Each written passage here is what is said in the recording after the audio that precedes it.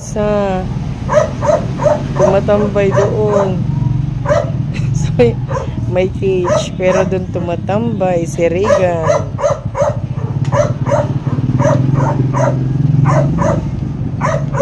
Ayan po. Huwag daw po istorbohin. Ito naman yung isa, oh. Ayan.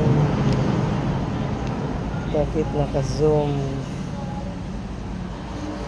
Yung isa tulog na po. Sarap buhay. Patulog-tulog lang. Ganyan sila. Nakawala po sila. Gabi lang po kinukulong. Tapos pag may bisita,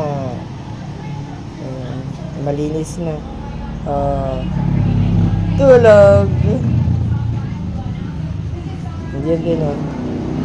Pakainin ko na sila. Nakabantay sa akin yung isa. Tinitignan yung pagkain. O, kakain ka na.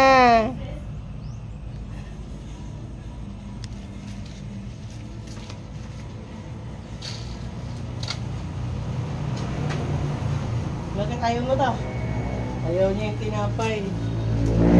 Ayan yung ulam nila, isda.